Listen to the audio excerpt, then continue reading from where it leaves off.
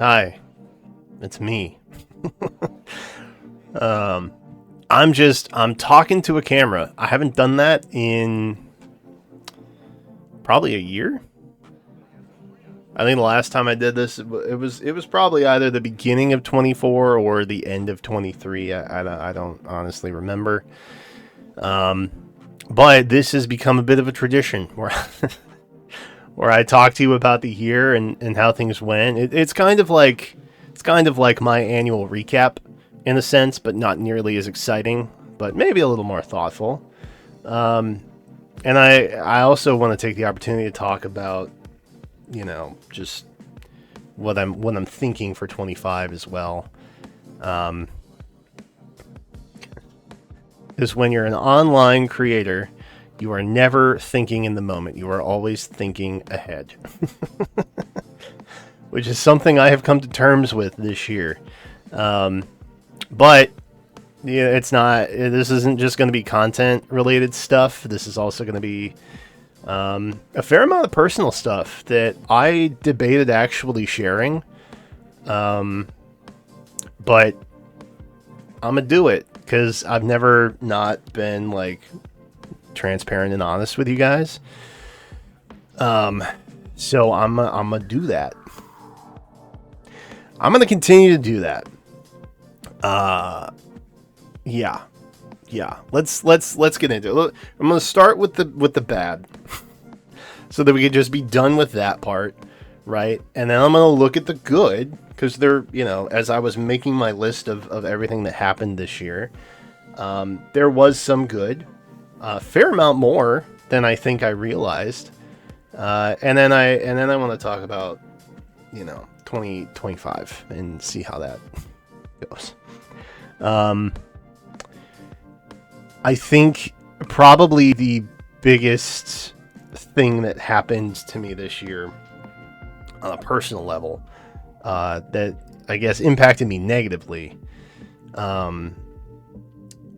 was Josie passing away. She was my dog for 13 years.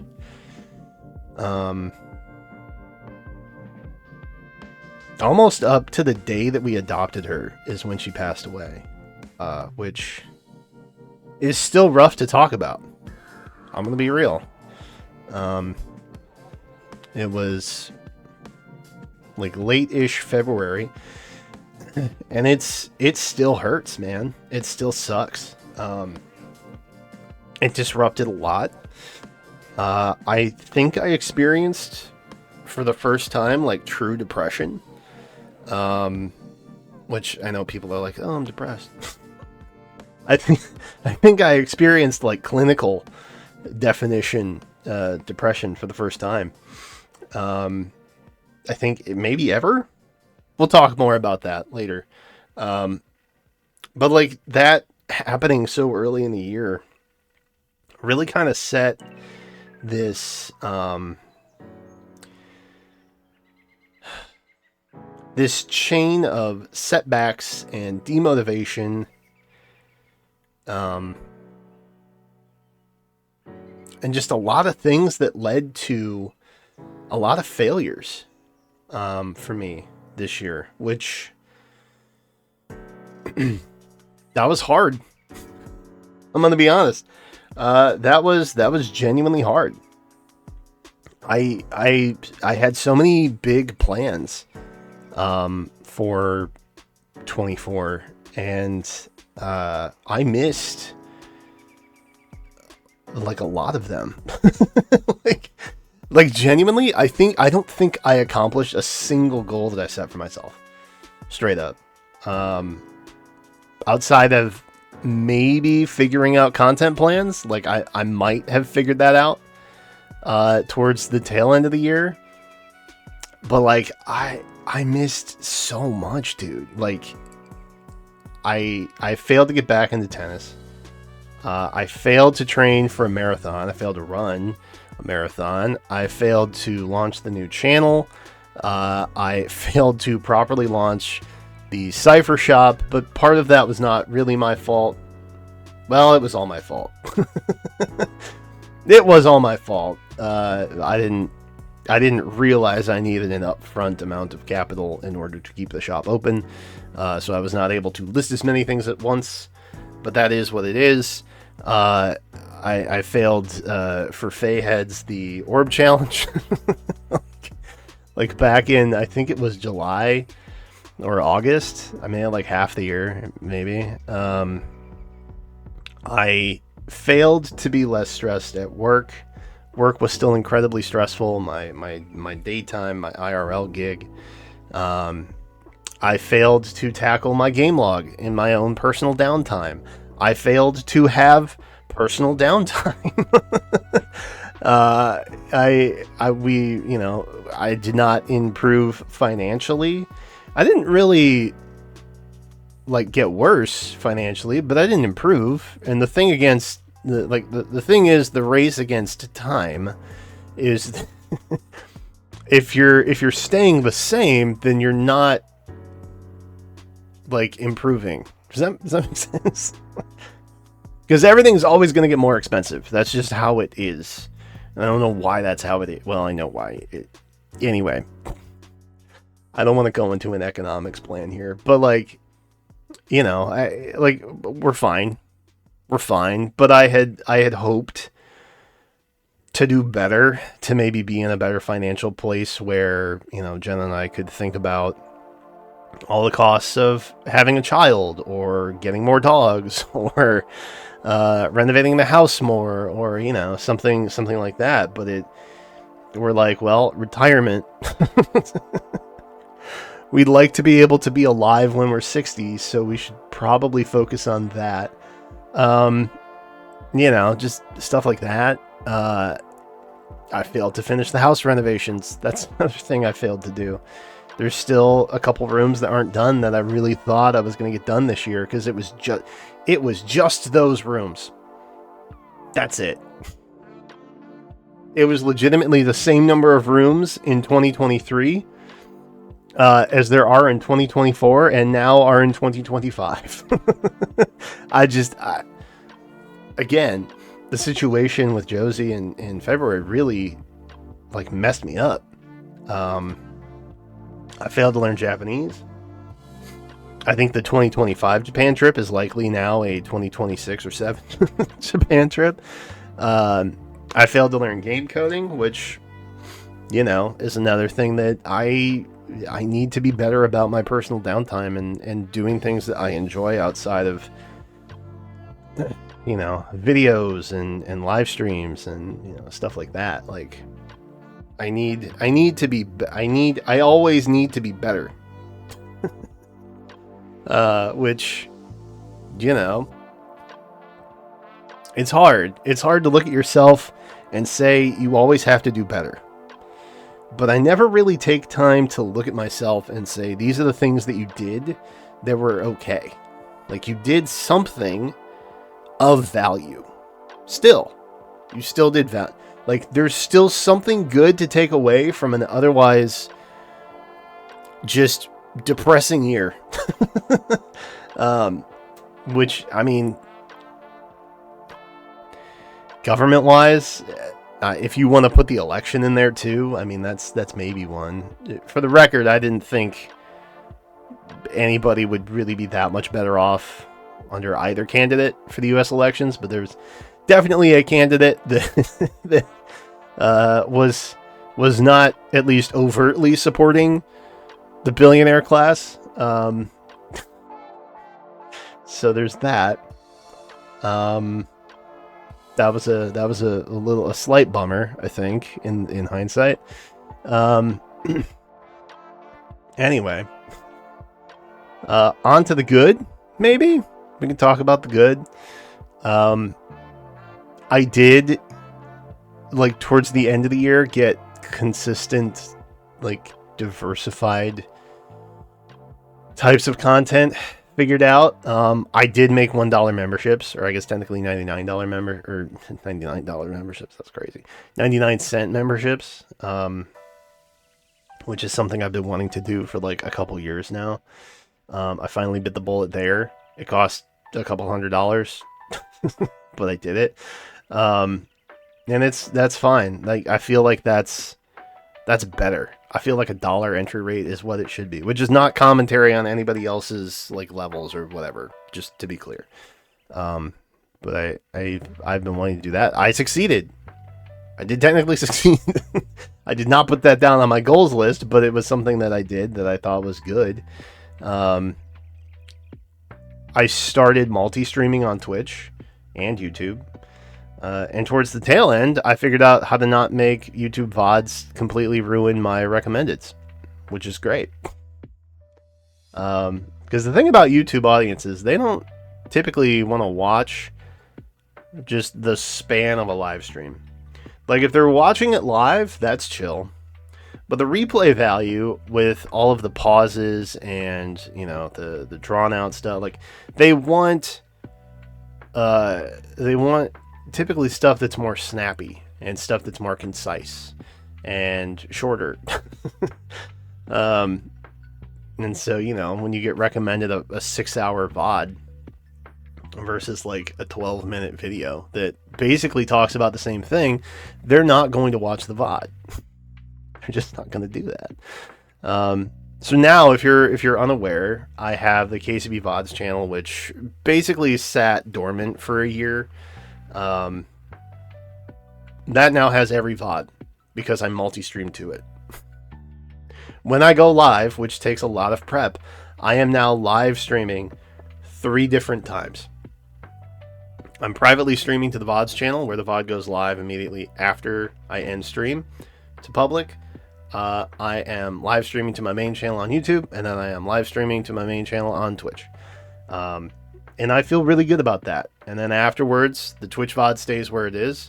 The main VOD becomes, you know, members only, so members have access to that.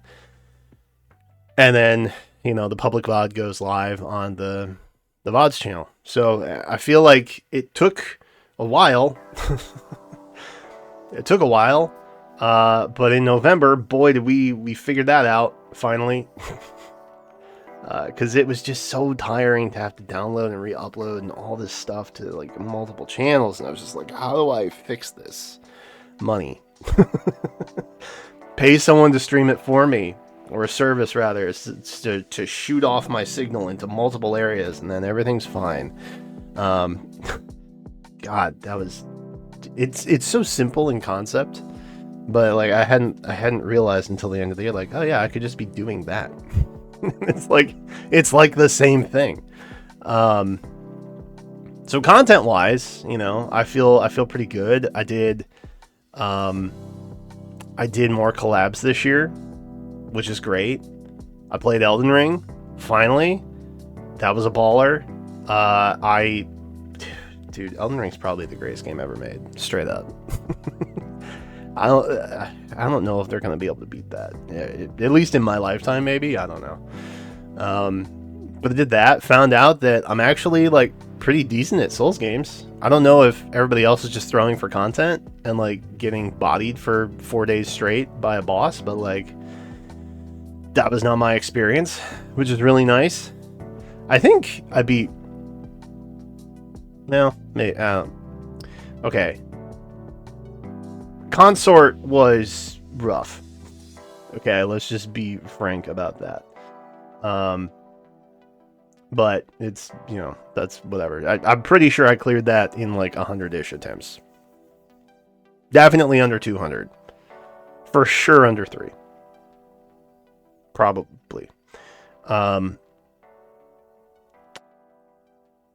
arc in Star Rail. That was exciting. I really liked that. Faye was a slightly less eventful year for me, but that's chill. I like that. I do like that a fair amount. This year, probably not gonna have that same thing happen, but I did like that a fair amount. That was nice. Appreciated that. I don't know. I feel like content-wise, I'm in a good place. Outside of not launching the second channel, which we'll talk a little bit about for the 2025 goals. Konosuba Season 3 came out. That was exciting. I was really happy about that. Oh, I did pay off 2 of my student loans. There's only like 11 more to go. But I did pay off a couple of those. That's nice. I don't know what's going to happen to the Department of Education, so I'm not sure what's happening in the future, but that's nice that I got a couple of those gone. I did not get any kind of forgiveness. Is that what it's called? Loan forgiveness. I did not get any of that. I missed the cutoff barely with like one of the programs, which I'm not going to put as a failure for 2024. But that definitely was disappointing to find out. I got Zoe. I got Zoe. Zoe's great. She's so dumb, but she's so great. She loves food, though. She's very easy to train. I will say that. She loves treats. She's super easy to train because of that. She is just... You know, when I got Josie, I was able to teach her to spin in place and then sit for a treat after like 20 minutes. Like, she was really smart. Zoe, when when you try and, like, she can do high fives. She knows how to do that. She has a puzzle she can solve. She, however, oftentimes just knows that if she does something, she will get treat, and so she'll just start spamming actions, like a confused grandma with emojis texting you. She's so dumb. She's so lovable, though. It's hard not to love her. So there's that. But Zoe's great. I was glad we were able to give her a home. She got we think she was probably like a puppy mill puppy, and she got abandoned, and she was found in South Carolina or something, and they were brought up to a rescue in Washington, D.C., and I saw her name, and I saw what they listed her as. Which was a Dachshund Border Collie, which is just so not true. So let's go check her out.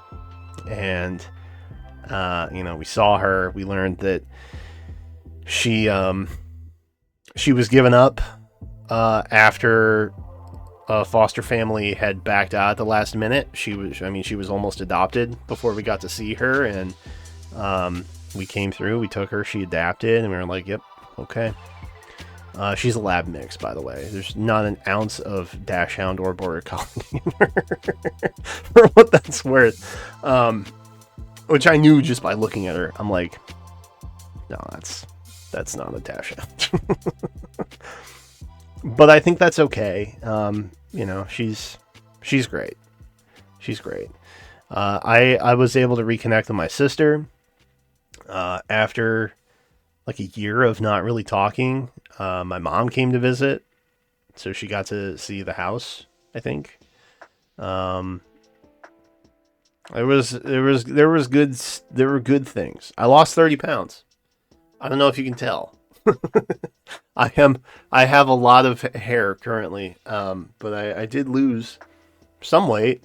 I put on a lot of muscle, which is nice, but I kept having setbacks with training and stuff. Like for the last probably 2 months, anytime I sit in my chair now, it's my left leg goes numb after a while and swells up. And I thought that it might have been a potential blood clot, but it's actually a pinched nerve and or ligament issue. And you might be wondering, did you change chair? Nope. This is the same chair I've had since the spring. And it just, after 6 or 7 months, it decided to to be a problem for me because I'm getting old, I guess. I don't know. I can't pinpoint the reason. But we're taking steps to remedy that. So I guess that's fine. But I did get derailed. I haven't worked out in like a month. I'm actually starting again on Thursday. Just kind of slowly to get back into things and make sure I don't hurt myself again. But yeah, just, I mean, stuff like that was... And even losing 30 pounds and not working out during the peak holidays was like... Still kind of big for me, I think. That's a pretty big win. I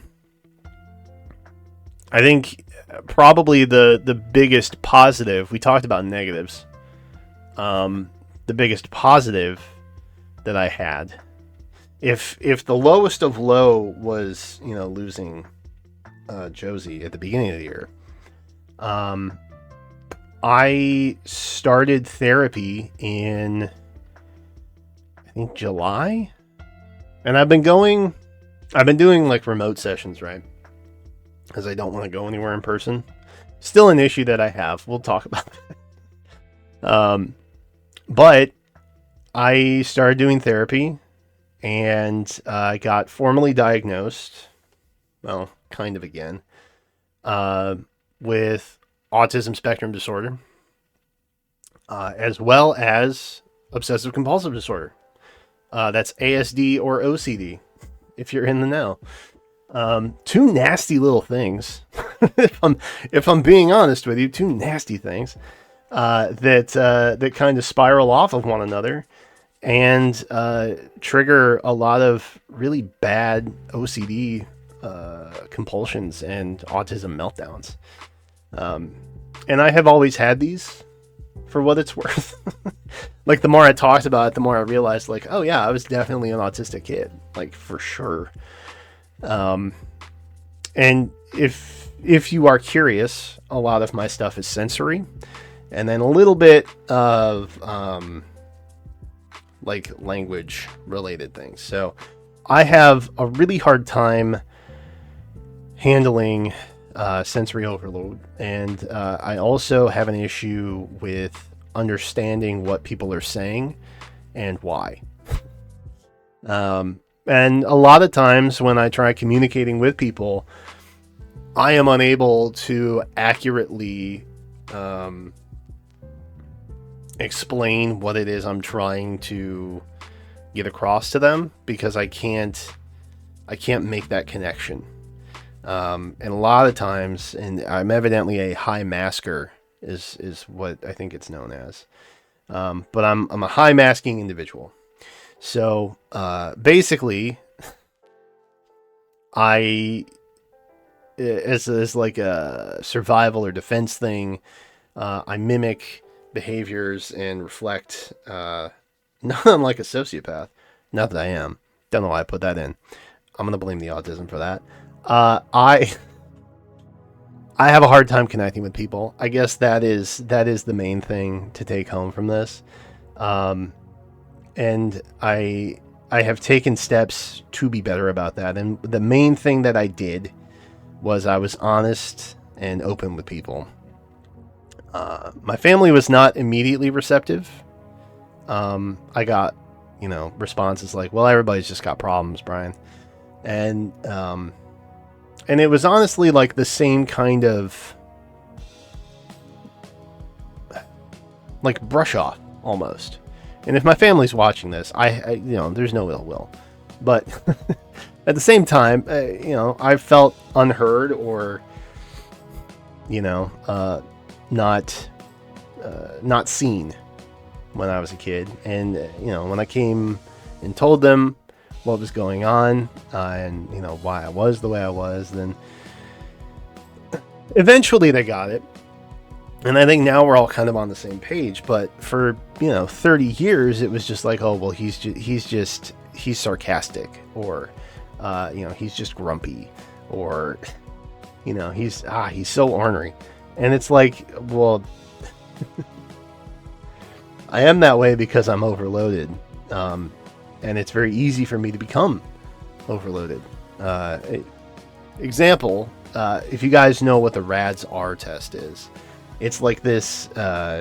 It is probably, if you watch other streamers or something like that, you've probably seen them take this test. It is like the go-to for anybody online to take the test and be like, oh yeah, I have autistic traits. You might think like a 130 is like, whoa. I scored a 191 when I took it back in April. And that was kind of my lead into like, oh, do I actually have stuff going on? Like, have I not realized? And I, you know, during 2020 and 2021 with lockdowns and stuff like that, I did a lot of self-reflection, and I had been suspecting it for a very long time. But it was nice to finally get that validation, and that's what my takeaway was. And you might be wondering, like, wow, you got you got dual diagnosed with ASD and OCD. Like, that is that not an L for 2024? And it's not for me. Like, genuinely, I feel like I lost the first third of my life because I didn't understand why I was unable to interact with my surroundings and other people the same way that people around me were. And I always felt other, and I always felt ostracized to an extent. But now I have like foundational understanding, and I'm continuing to go to therapy. I have been going for like the second half of the year for the most part. And I'm getting a better grasp on that. And so I feel like I'm getting my life back to an extent because it's like I know how to be myself now. Which, if you don't have any issues like this, you're probably like, well, that's a weird thing to say. But it's true, and I feel validated now because I always just thought like I was weird, or you know, I did something unintentional to upset people, and why do I always have to do that? And now I know that it's not. I'm not like I'm not doing things purposely. It's just how I'm wired. And so that's a win. That's a huge win for me. I don't see it as a downside. And then, I mean, I do like trains. I know you were wondering. I know you were wondering. Okay, yes, it is like 80% of the reason why I play Honkai Star Rail, straight up. But I like trains a normal amount. I swear. But like I saw Jacksepticeye come out and talk about it in like November, I think, and that's when I really started to think like maybe I should be more open about it. We don't have the same stuff. OCD is nasty, just to be clear. Like, there's a lot of habitual and repetition and ritualistic behavior that I have to go through every day, and I didn't realize that I had to do it. That's the thing.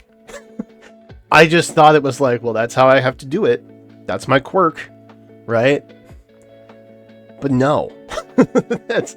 Legitimately, that's how I'm wired. And I didn't realize all of the things that I was doing as I was doing them. I have just always done them. And I never questioned it.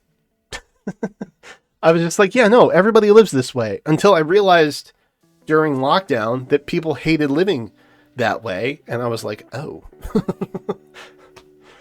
Huh. It was very eye-opening. And so I feel really good about that. I do. I feel happy about that. And I look forward to being better. You know, I look forward to being the better version of myself that I can be now, because I'm not weighing myself down with self-loathing, which is basically my final good of the year, I was kinder to myself. I don't think we individually are very kind to ourselves.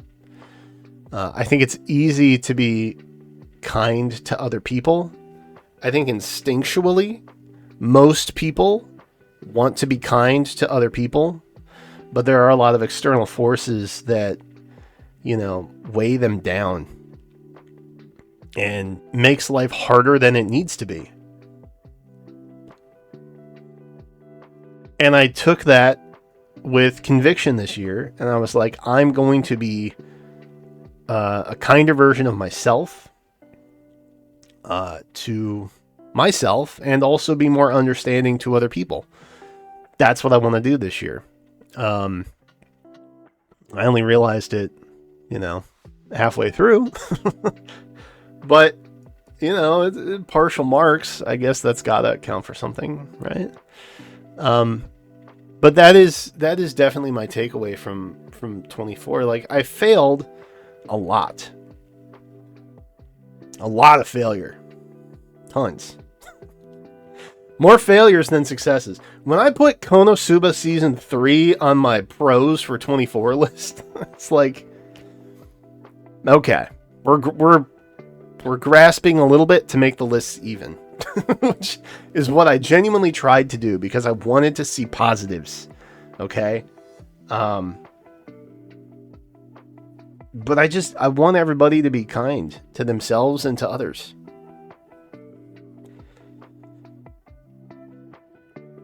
You wouldn't think it's hard, but it is. Like, it just is sometimes.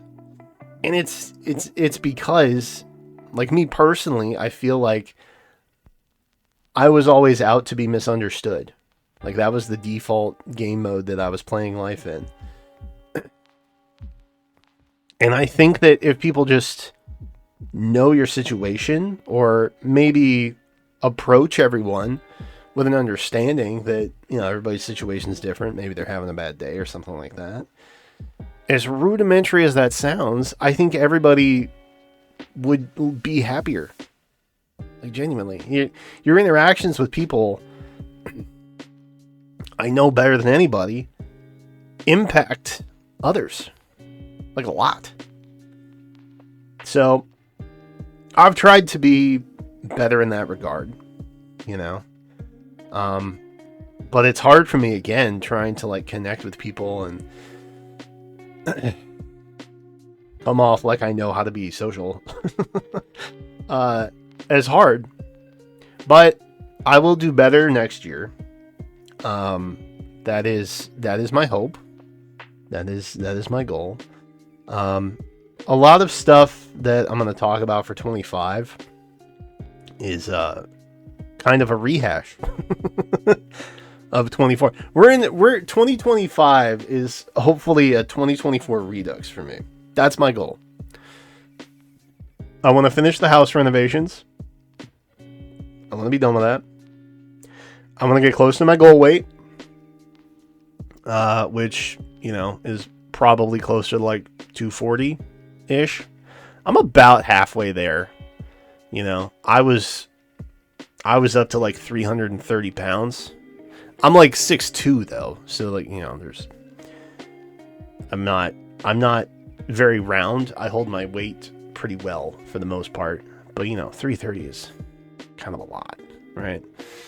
So I would like to have like a total weight loss of like 80-ish pounds. I think that would be good.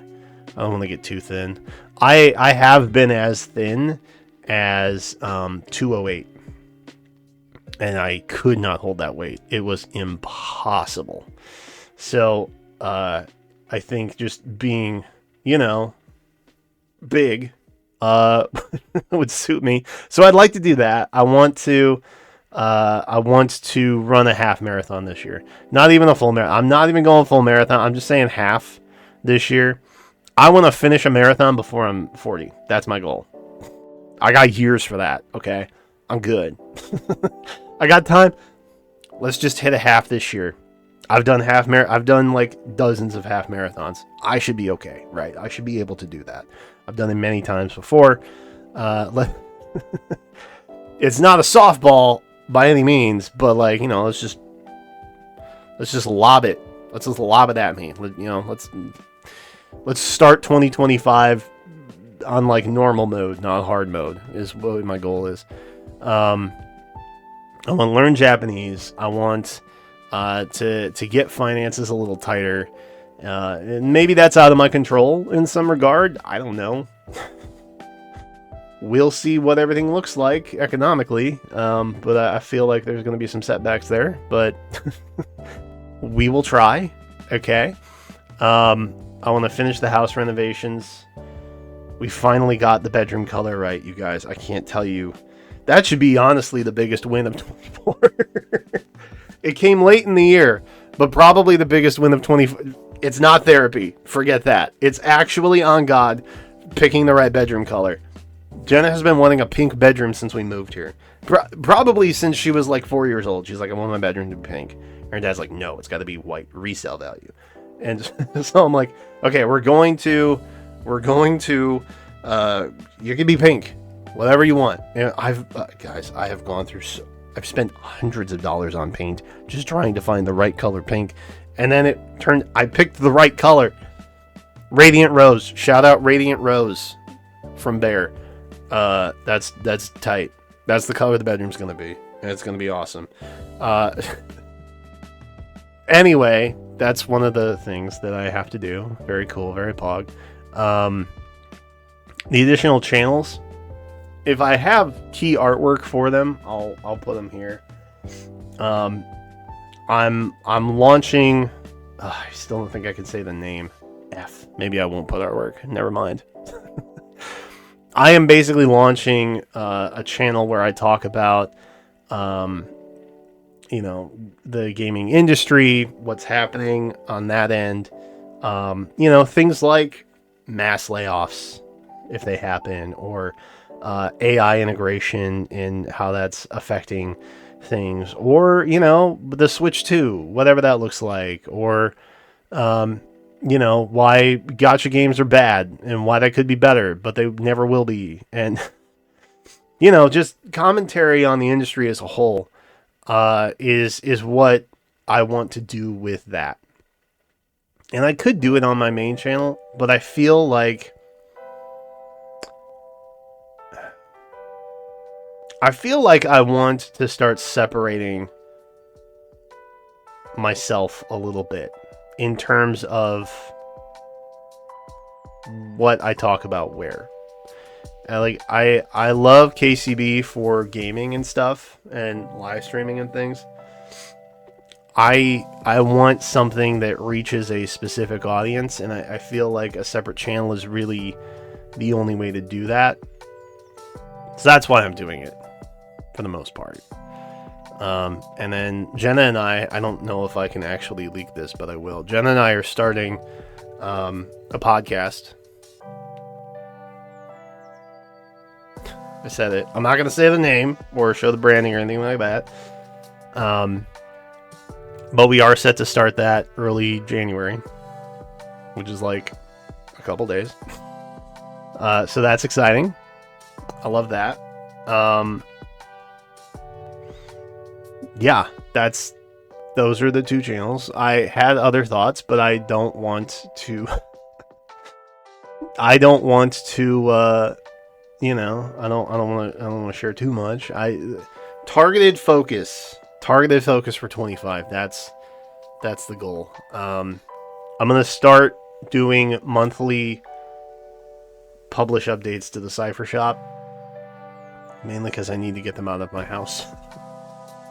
Like, I love holding on to everything. I have my collection. I don't need all these extras. I cracked packs for the content. I need to get them out. I don't know what prices are going to look like. Probably lower than they currently are listed. So that's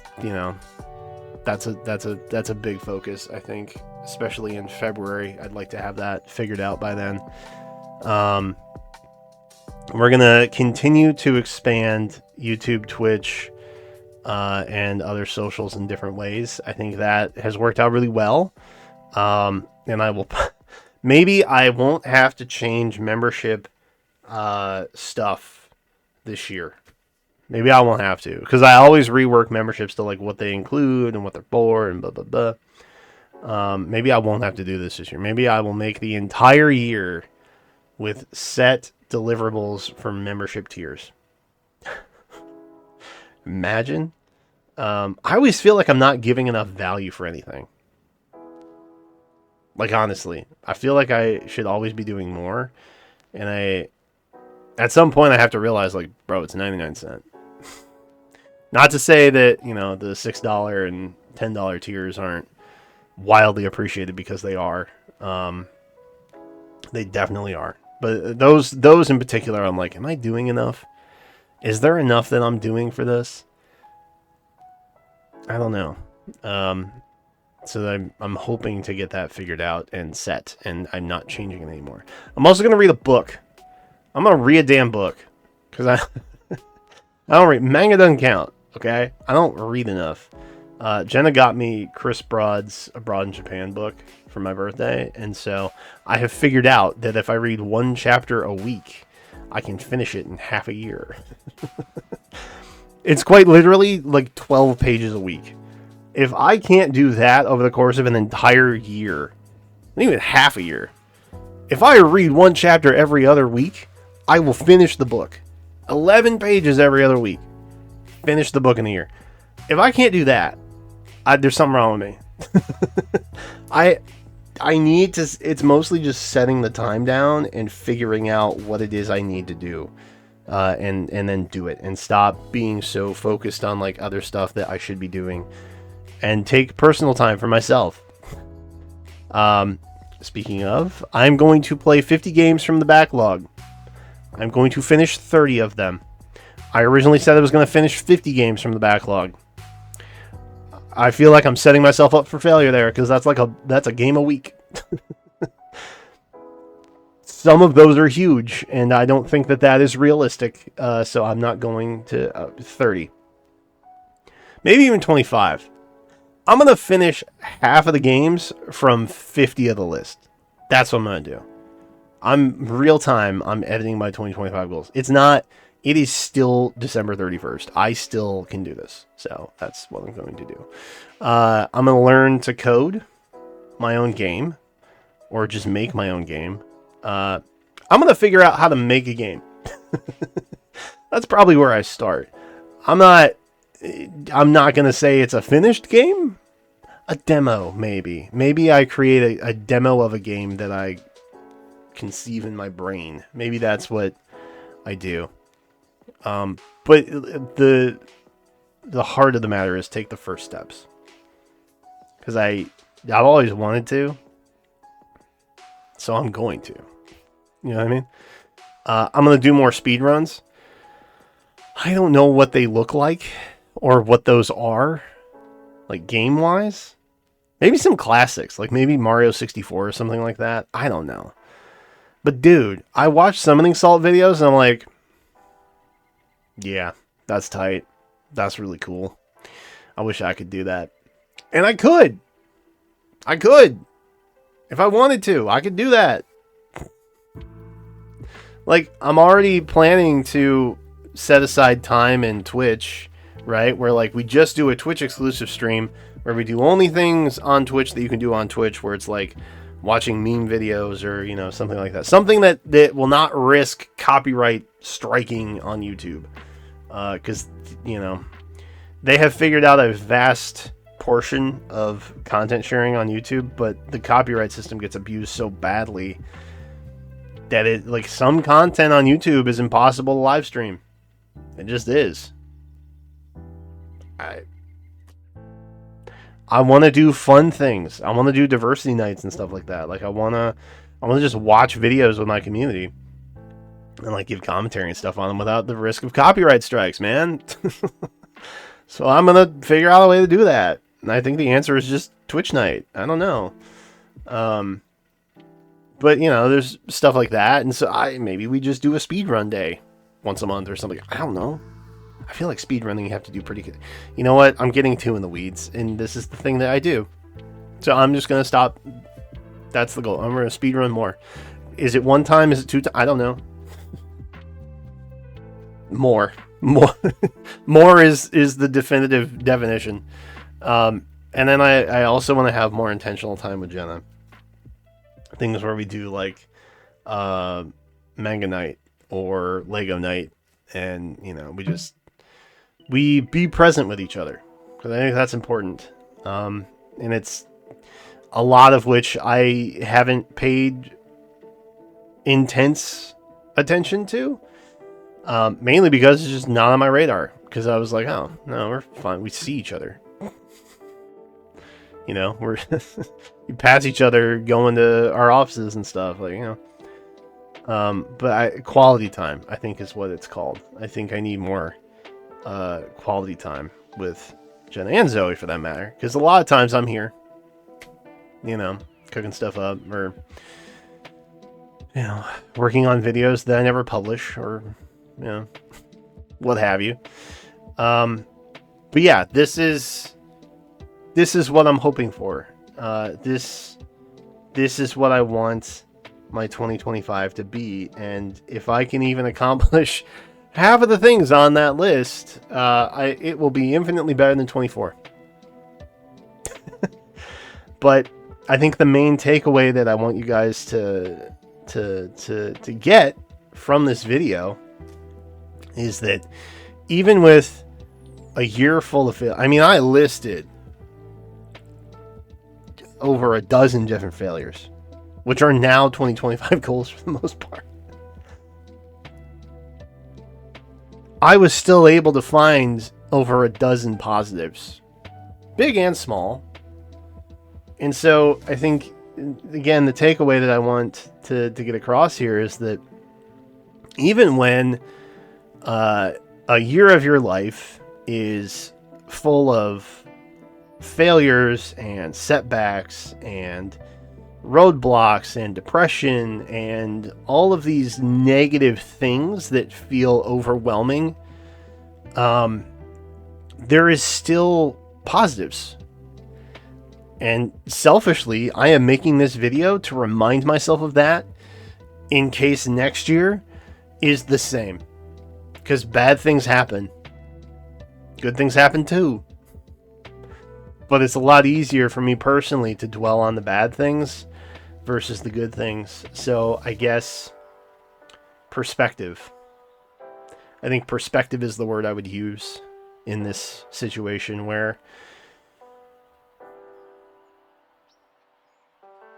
sometimes good things happen during bad years of your life. And it's important to take notice of that. So, if you have been feeling the way that I have for 2024,